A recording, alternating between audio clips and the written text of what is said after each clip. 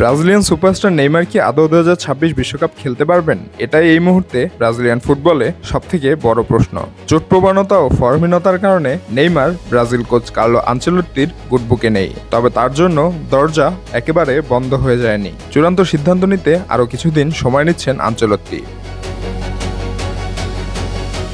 Brazilian football কনফেডারেশনের বরাত দিয়ে Mundo দেপার্দিভো জানিয়েছেন, নেইমারের পুনর্বাসন পরিকল্পনা অনুযায়ী মে মাসের শেষ পর্যন্ত তাকে পর্যবেক্ষণে রাখা হবে। এরপরই আসন্ন বিশ্বকাপ দলে তাকে রাখা বা না রাখার বিষয়ে চূড়ান্ত সিদ্ধান্ত নেওয়া হবে।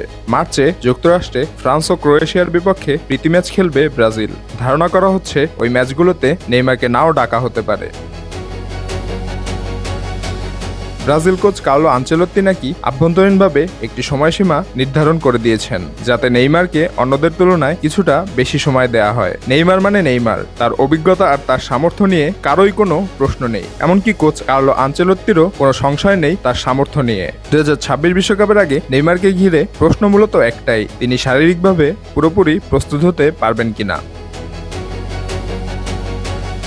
নেইমার যদি পুরোপুরি ফিটনেস ফিরে পান, তাহলে এটি হবে তার চতুর্থ বিশ্বকাপ। শতভাগ ফিট না হলে আনচেলত্তির দলে তার জায়গা হবে না। ব্রাজিল জাতীয় দলের কোচিং স্টাফের পরিকল্পনা ছিল ফেব্রুয়ারিতে চোট কাটিয়ে ফেরার পর নেইমার প্রতিযোগিতাপূর্ণ ম্যাচ খেলুক। তবে ক্যাম্পেওনাতো পাওলিস্তা থেকে সান্তোসের অপ্রত্যাশিত বিদায়ে সেই সুযোগ আর নেই।